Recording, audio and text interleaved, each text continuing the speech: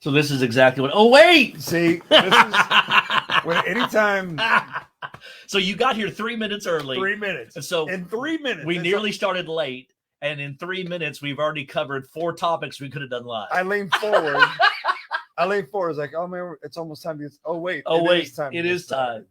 Because we just get to talking about life and stuff. Well, he hasn't been in the office for 3 days because he's been at convention. I've been at convention, and so for those of you that wonder why the air quotes,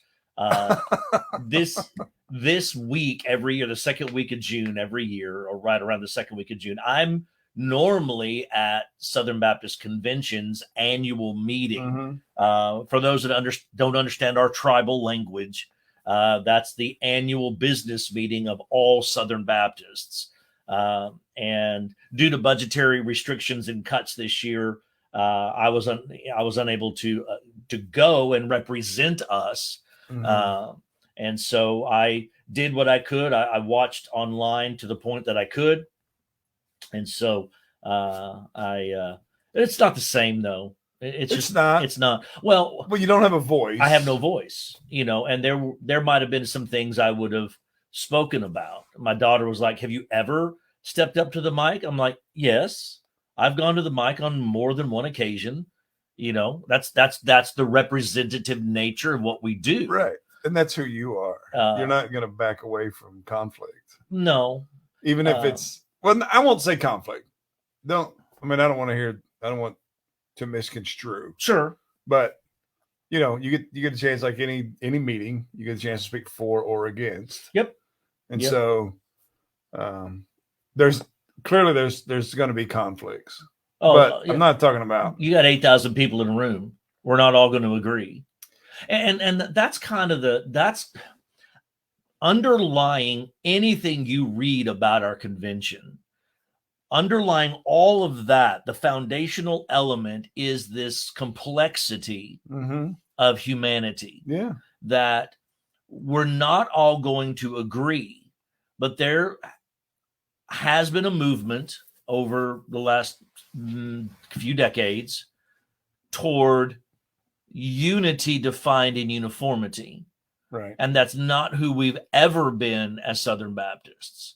Unity in diversity, but not unity in uniformity. Right. And so that's kind of the problem. If I can't, and so we've seen the cultural waves. Exactly. I think that's very cultural. Is unity through uniformity. Yeah. You can't be your own person. You can't have your own thoughts and ideas. Right. And while we as Southern Baptists have a loosely agreed upon statement guiding of faith, document, or what we call it, the Baptist Faith and Message, oftentimes abbreviated the BFM. But even then you have to get into which one. Is it the BFM 1904, the BFM 1956, 63, or 2000? Well, 98 and then 2000. Then there's been different forms. Do you follow the New Hampshire covenant? Do you follow the Chicago statement? Do you follow the Danvers statement? Right. Which one are you going to follow? But we have, over the course of our whole history, looked at we've allowed grace as long as we agree on some major factors. Primary things. The primary things. The things you ever read in the papers or see on the news, or the things that many times media like to pick up on, are the arguments that we have over secondary issues, or if not further down, or tertiary issues. That's third string. What do you call fourth down the line? Minutia. That's what you call it. Yeah. That's slinging mud. That's just slinging mud. That's where the pigs live. Yeah, is down to that fourth level. And we have to remember that we need to be the important things are the important things.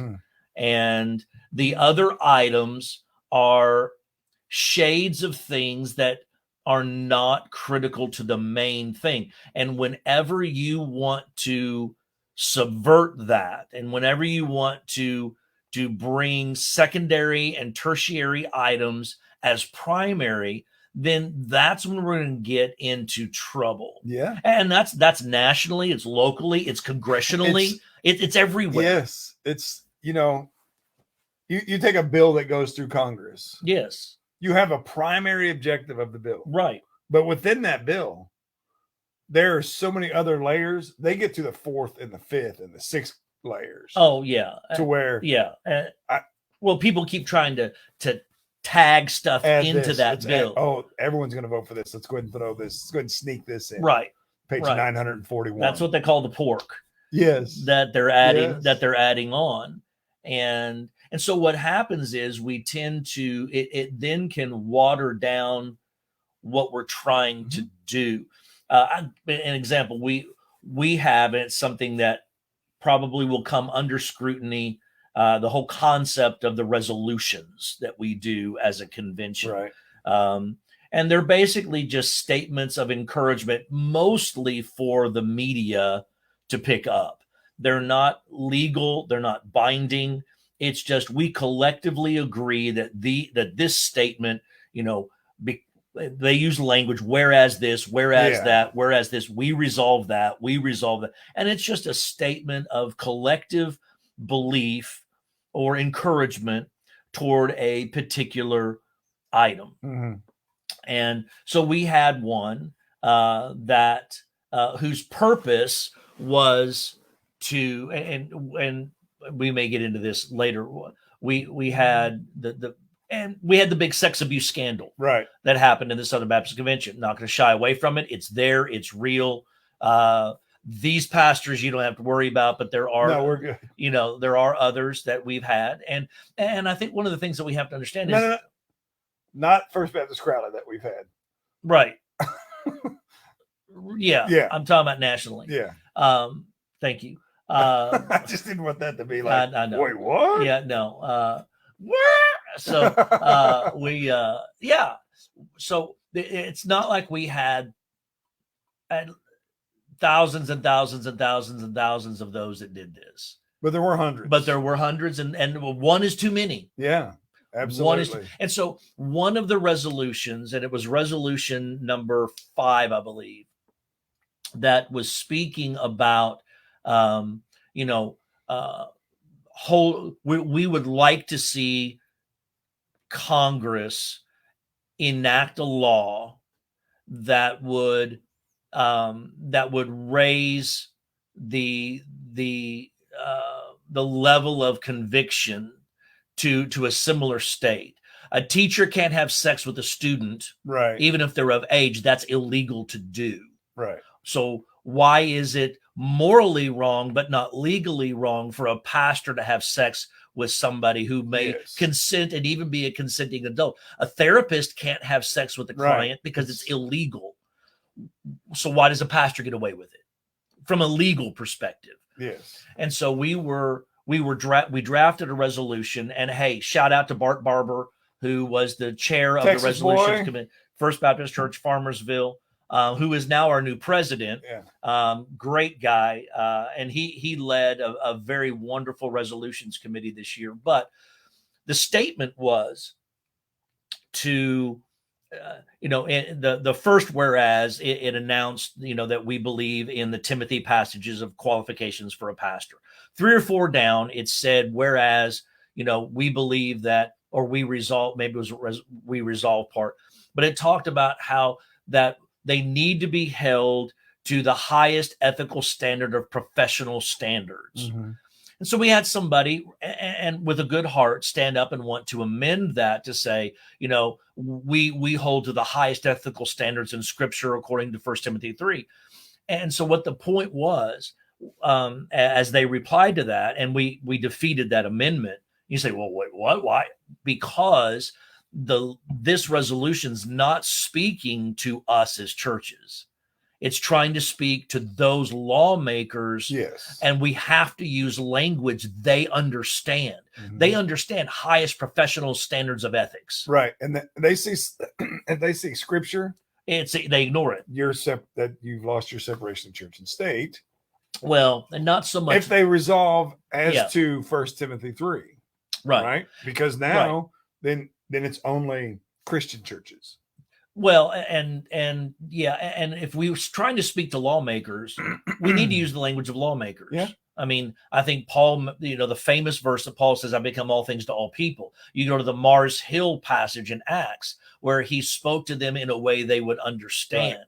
There are many occasions in Scripture, in Paul's life, where he doesn't start with Scripture. He doesn't start with the Jewish perspective. He doesn't start with, because he has to be aware, and he was aware of to whom he was speaking. Right, and the cultural differences. Yes, and so he would was speak to the speaking to. culture in a way they understand, and then draw them through conversation back to the reality of Jesus. Sometimes we forget that.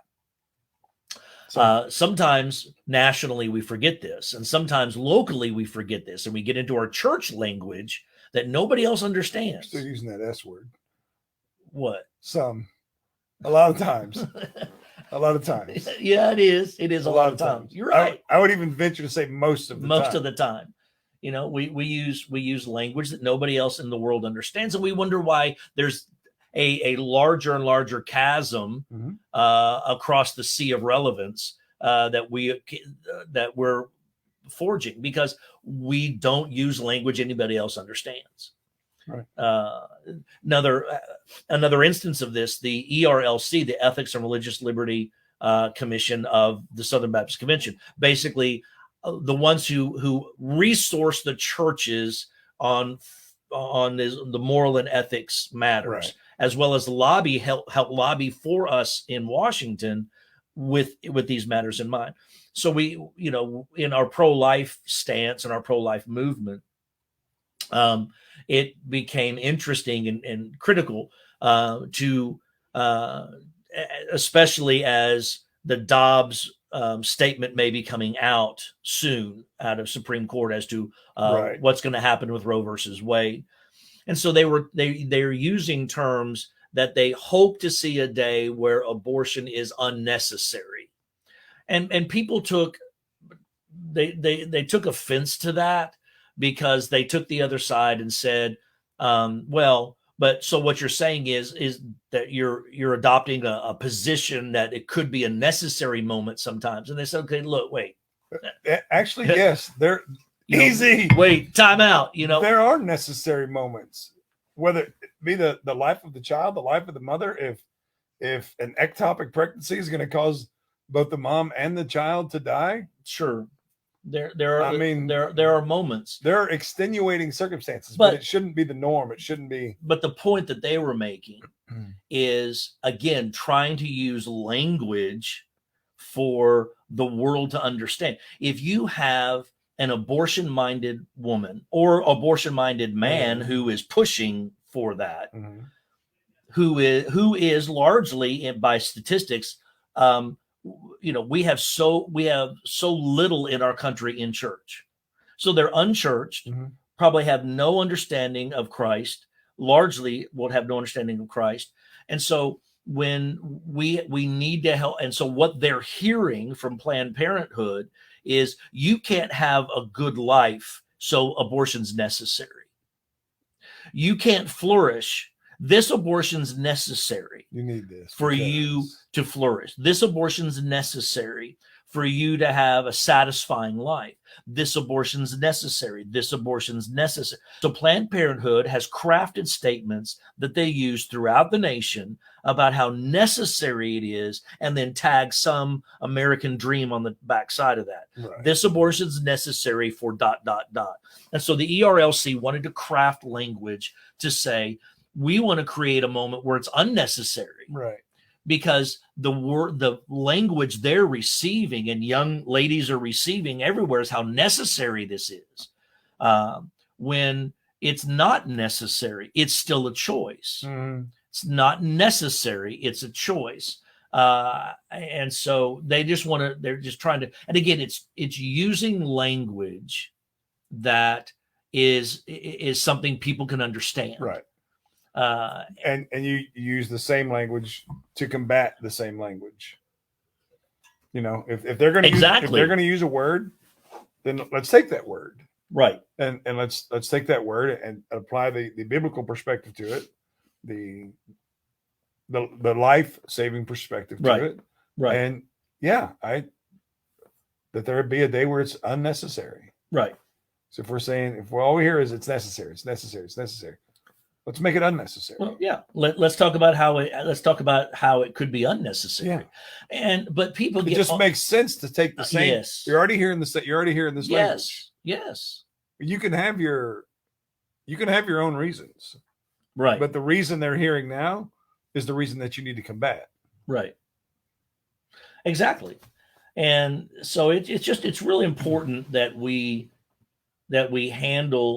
speak properly. It's so easy. The longer you're in church, the less likely you are to speak in a way people can understand. And we have to connect with people linguistically because that's how it is. We just have to. We have lots of comments. Yeah. Keith's reviewing them. One of you just comes up as Facebook user. It says, I haven't seen y'all in forever. Good morning. I love that. It's hard to understand sometimes, especially out of context. Tim says Tim, you're exactly right. The world lives to be self-focused. Anytime self is the focus in our life, we tend to walk away from God's purpose in our lives.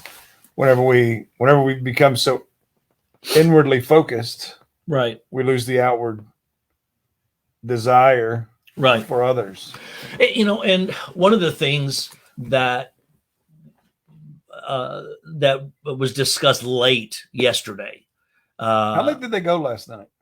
It was about 8:00 our time. So you were on California time all week, working 10 to 8. Yeah. So I'd go for a run over my lunch hour, which according to West Coast time was about 2:00, 2:30 in the afternoon. I'd go for a run. Well, but that's when I could do it. You should have got up at 6. No, I'm not a morning runner. Yeah. I tried that. I'm not for it. You just take out the descriptive phrase before runner, and I'm not that either. Yeah, right. I'm not a runner. So one of the things that they also talked about, and again, I think this is very important, especially with the generational differences that we have. And this can apply into speaking to our kids and our grandkids and things of that nature. Was the importance of how we are going to receive. So here's the thing. If Roe versus Wade is overturned, and we're hoping for that response from the Supreme Court this week, it may be next week, but it could be this week when they finally produce all their documents. I know it's been leaked, blah, blah, blah, but the official statement we're hoping is this week. And, according to some other conversations that you and I've had offline, I just want an answer. One way or the other. Just making the decision. What are we doing? If they overturn it, what happens is it goes back to states' decisions. Right. And so every state then will make its own decision what it's going to do. What ultimately is going to happen is we're going to continue as we have since 1973. We're still going to have families that are broken, lives that are harmed, ladies that are struggling and hurt and feeling whatever, all the feelings that they're having. We as local churches have a choice and a responsibility, because as our communities are going to continue to be filled with these instances, how are we going to respond to that? We have been known as the condemnation clan for too many years, when Jesus obviously showed a compassionate care that he gave. But our language tends to be one of condemnation, and we will never reach our local community as long as condemnation is a part of our language. I agree. If we do not understand, and if we refuse to understand and become more compassionate, we might as well close the doors, turn the lights out, and turn the keys over, because it's done. We will never be the lighthouse of the gospel that we are called to be outside of compassionate language, compassionate care, compassionate ministries, and compassionate people. Until we can move off our high horse of condemnation and get into the trenches with our local people in a compassionate, loving, caring way, as Jesus did, modeled, and showed, then we're done. I couldn't agree with you more. And so this is such an important time. In every encounter that Jesus had in a negative fashion, the woman at the well, how did he treat her? With compassion. The woman that was caught in adultery, how did he treat her? Yeah, with compassion. The lame man that was lowered into the house by his four best friends, interrupting him. Yeah, he was in the middle of his sermon. Yeah, he was on his third point. That's right. Ready for the poem. He was about to tell a joke. Yeah. You know, Jesus, he showed compassion. Yes, he did. And the Christian community is going to have to learn how to do that. And this is one of the things that the millennials and Gen Z are waiting for and looking for from the local church. Okay, you go. You're ready. I just primed that pump. How we always, you and I, we always talk about, you can't buffalo this generation. You can't. They are too savvy. I was fact check on the spot last night by my own child. Of course you were. Yeah. It had nothing to do with the Bible. It had nothing to do with anything. But it was just like, wait a minute, hold on, let me look that up. It had to do with Winnie the Pooh. Okay. I said 1,000-acre woods. It's 100. It's 100-acre woods. It is. Forgive me, I was wrong. Yeah. I was trying to compare Falls Creek to Winnie the Pooh. How big is Falls Creek? It's bigger than 880 acres. It's bigger than it's as big as Winnie the Pooh's 1,000-acre. Is it? And I said to myself, is it 1,000? It's 100. 1,000, 100. I'm just gonna go with 1,000. I just went with it. And they fact checked you on the spot. Right now, that's exactly what they do in everything that we tell them. Yeah. Everything that we tell them. So we have to be so locked in. We have to be so dead on target that you can't fact check it, if you will. And this is coming, and you can't emotionally just spit something out there. Right. You can't emotionally get them either, because if we're not authentic, then they know that. You know, it's like if we're just doing a local ministry just to look good versus doing a local ministry because we actually love these people that we're trying to reach, they know the difference. They feel the difference. They sense the difference. With zero ulterior motives. I don't want to love you so that you'll do something for me. Right. It's, you know, it's agape. How many people? It's a love that you can't repay. It's a love that there's no response to. It's just a love because you love. An example. You have X ministry, some kind of community ministry that say our church adopts to go do in our community. I'm not asking you to answer this question necessarily. It's a rhetorical question. But I'll probably answer it. How many people would be interested in doing that ministry if none of the ones we minister to would ever come to our church? How many would do it because it's the right thing to do versus it's the outreach thing to do? Not answer. I know. But that's something that we have to begin asking ourselves. What's our motivation? What's the motivation? Is our church going to engage in this ministry simply because? Now, there are attractional things to go do. There are community engagement things to go do, such as the July 9th bicentennial thing that Tim is leading. Great. That's more of an awareness thing. Yes. So I'm not striking those things.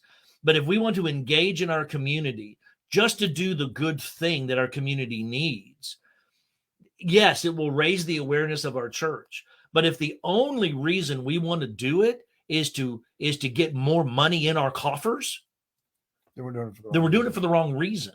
If the only reason we want to do it is just to have more seats filled on a Sunday, we're not doing it for the right reason. The Bible says to leave the growth to the Lord. You go do what it is you're called to do, and God will sort the numbers out. And so we have to ask ourselves, do we really love the community that we're in? And if I really love the community I'm in, do I love the people that I see in that community? And if I really love the people, then how can I help meet the spiritual, emotional, financial, fiscal, relational? How do I meet those? How do I meet a need in our community? What's God calling us to do to meet needs in our community? Right. Just for the sake of the fact that we are Christians in a community, and how should we be behaving? They'll know we're Christians by our love. They wrote a song about it. Wrote a whole song about it. And so, these are some of the things that we were reminded of right during this convention. Yeah, we did some business too. Sure. But so if the Supreme Court rules to overturn or not overturn, I don't want to say it's immaterial, but at the end of the day, whether it's upheld or it's defeated, we still have a responsibility locally to love every man, woman, and child in our community in a way that Jesus would be honored by. Here's a question I'll ask. When Jesus was asked, what is the greatest commandment? He responded, love the Lord your God with all your heart, soul, and mind. Absolutely. And the second is like to it. The second is just like it. Just like it. So plenty of people love Jesus. They love the church. They love those things. Matthew 24. Many will come and say that I've done all these things. But how many of us love our neighbor as ourselves? Right. How many of us even know who our neighbors are? So not even just your neighbors on your block. Yeah. So, but these are some things. These are the part of the things that were accomplished this week, and we were reminded of this week. What? Tim, ouch, you're meddling now, brother. I know. Well, you guys are hitting deeper. Yeah, you're right. It's convention week, baby. These are deep topics.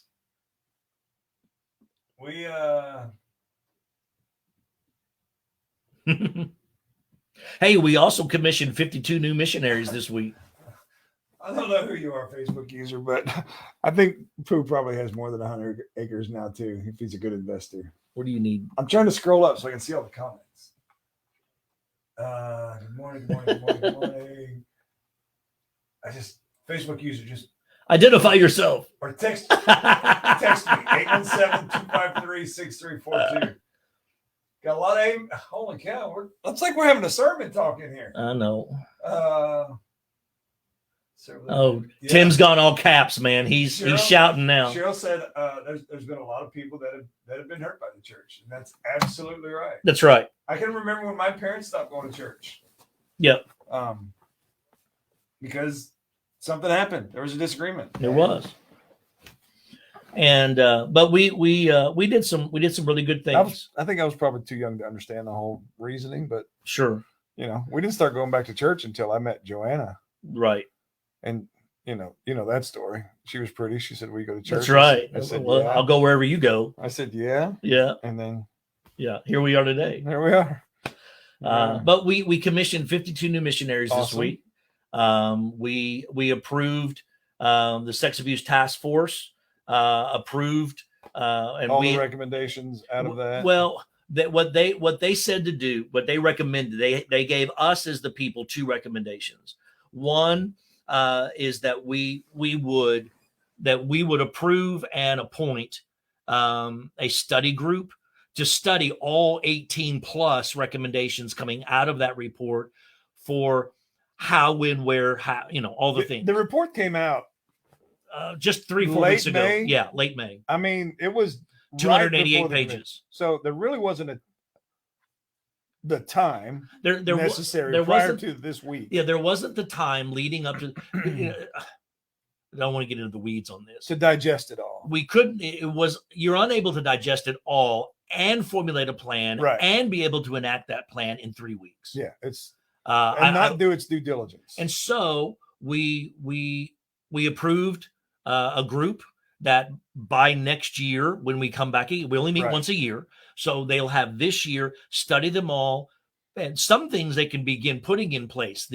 Our executive committee has the power to enact some of those things Right. throughout the year. So my hope is that we see implementation throughout the year, and some of the more difficult things, maybe we will hear about at the next year. So we did that, and we also approved the official, formal, public establishment of a database of ministers that are convicted. These are not accused people. Right. These are convicted people. And because we wanted to make sure, because anybody can accuse anybody of anything today. And so we had to have some lines of demarcation of, okay, who gets in this? Because it's a life-ending moment. It's a vocationally ending moment. Absolutely it is. And so who gets in? Well, these have to be, we wanted to uphold the biblical standard of 2 or 3 witnesses that we see in Old and New Testament rulings. And so it has to be convicted on the books kind of thing. Right. Because there are some states that you have legal issues involved, and other states there are no legal issues. That's kind of why we had Resolution 5. Right. So what this helps is instead of a church, or probably more likely a pastor who is aware of a staff member or a deacon or a teacher in the church who's guilty of this, maybe not convicted, but guilty of this. Right. Our hope and is that we will not simply move them on to the next church. That happens way too often. It sure does. So the unconvicted get shuffled off to other places. We don't want you here, so you go someplace else. And by some ethical rules of how we give references, legal ethics say I can't disparage somebody necessarily. And so the inclusion of the Matthew 18 principle of accountability is very important here. That the local church needs to be enacting an accountable process that Jesus laid out for us in Matthew 18, how to have accountability process in your church. That if they won't hear it from one, then you need to bring a couple of others in. And if they don't hear it, you need to bring it before the church. And if they still won't hear it, then Paul would add, you need to treat them as an unbeliever. Because if they won't hear it out of 3 levels of repentance calling for their actions, then we need to understand that they have no relationship with the Lord, because how can you not be repentant of that at that time? So, that's just to help. I just found out our mystery Facebook user. Oh, okay. I don't think you're blocked, Amy, but it just says Facebook user. Joanna texted me. I'll check on you. Make sure you're not. What have you done wrong? No. Haven't done anything wrong. Let's see you show up. What else I have on my notes? One of the things, a sobering reminder for us came from Dr. Paul Chitwood, who is our director of International Mission Board. Everyone can see her name except for us. I don't know. It's probably because I'm on the free account now. Hi, Amy. Thanks for all your feedback. And this calls us to a sobering moment. That he has research and statisticians and things that bring him, things that he needs to know.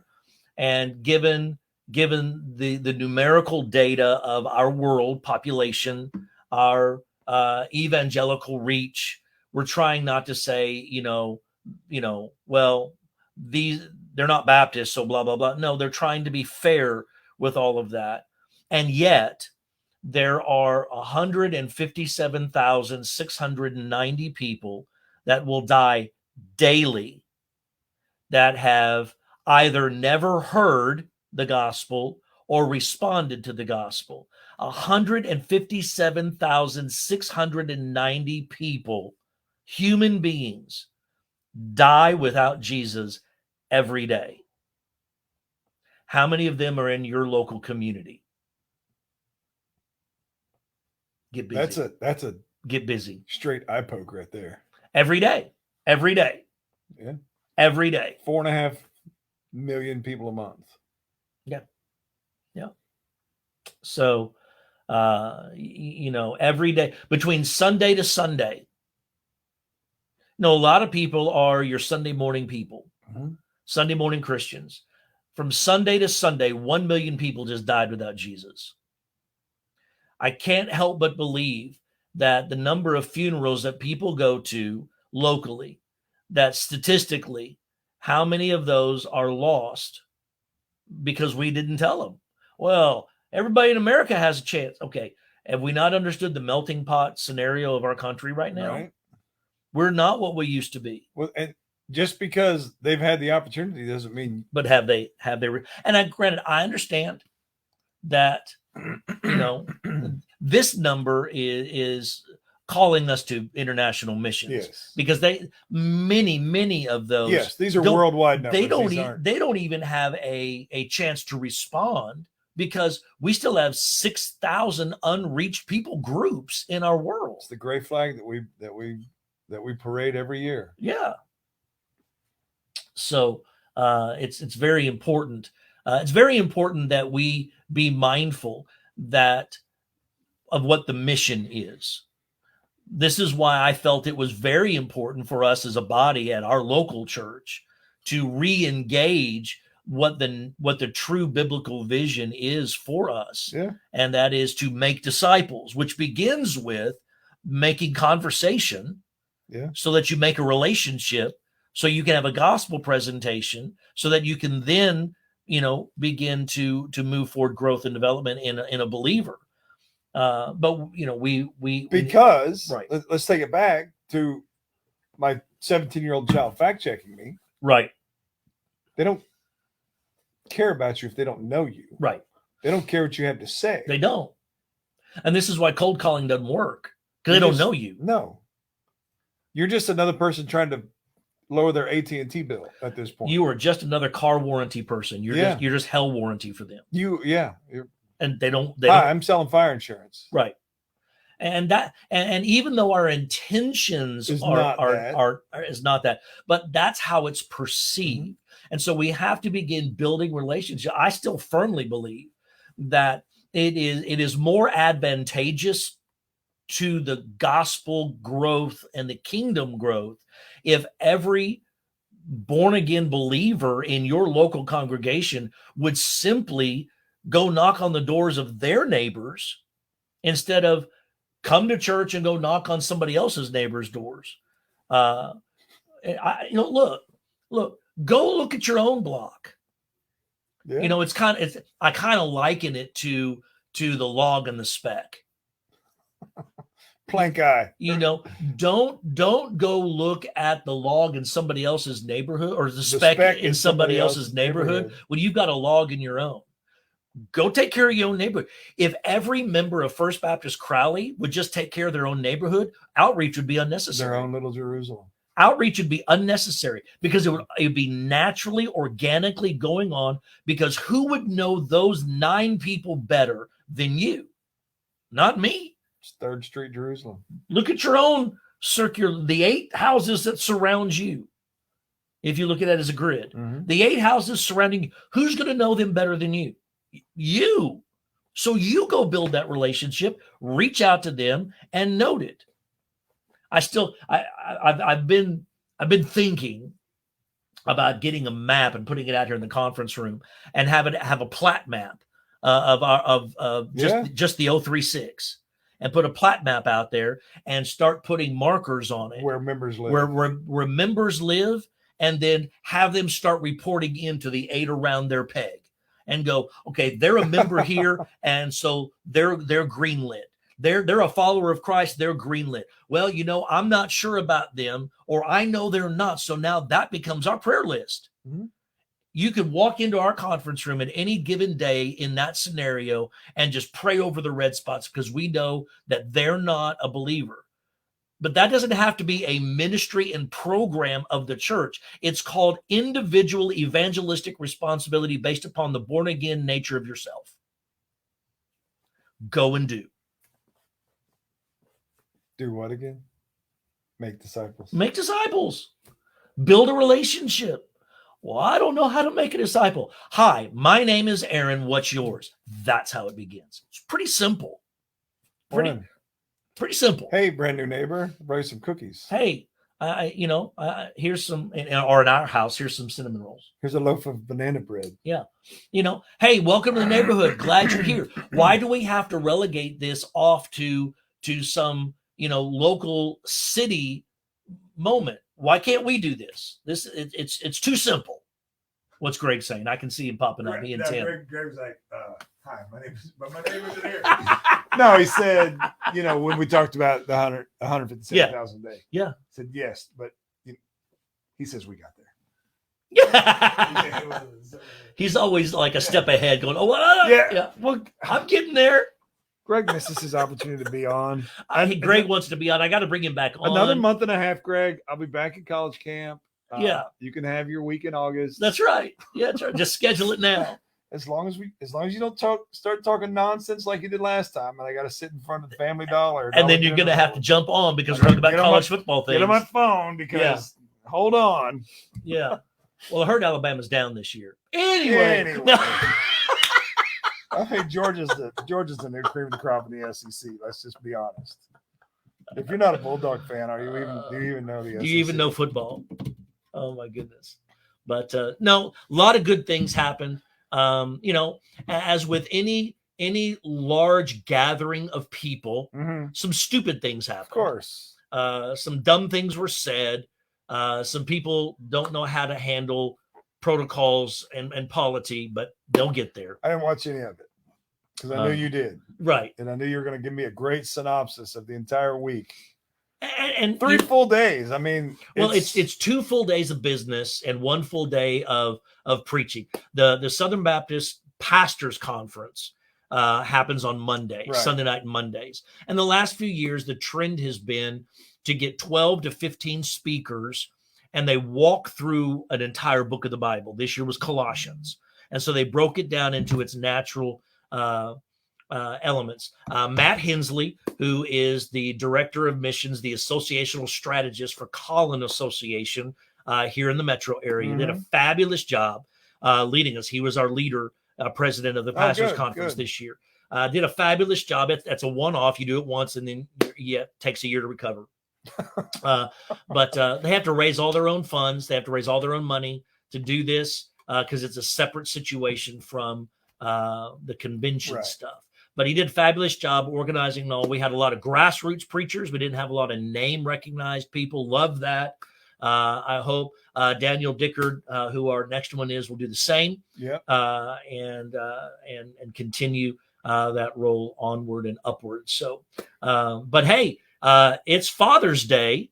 It sure is. This weekend is Father's Day. So, are you grilling? Are you actually, you smoking or grilling? Smoking a brisket. Yeah. Marcus is smoking. Well, yeah, I'm smoking a brisket. Okay. And Friday is Ryan's birthday. Okay. So we'll be grilling. Friday. Saturday, VBS signups at the church from 10 to 1. Yep. VBS starts Monday night. Yeah. Monday night, so VBS. We're gonna do a last minute get your kid pre-registered. So come up 10 to 1 in front of the youth building. Yep. Or go to fbccrowley.org and click on the register button. Yeah, click on the register button. You don't even have to come see me, but I know you want to. So do that. All right. Well, you guys have a great weekend. Try not to get too sunburned over the weekend. And thanks for all the feedback today. I love it. Again, if y'all ever have a topic you'd like to hear from two dads, we'd love to share it with you. So you guys have a great weekend.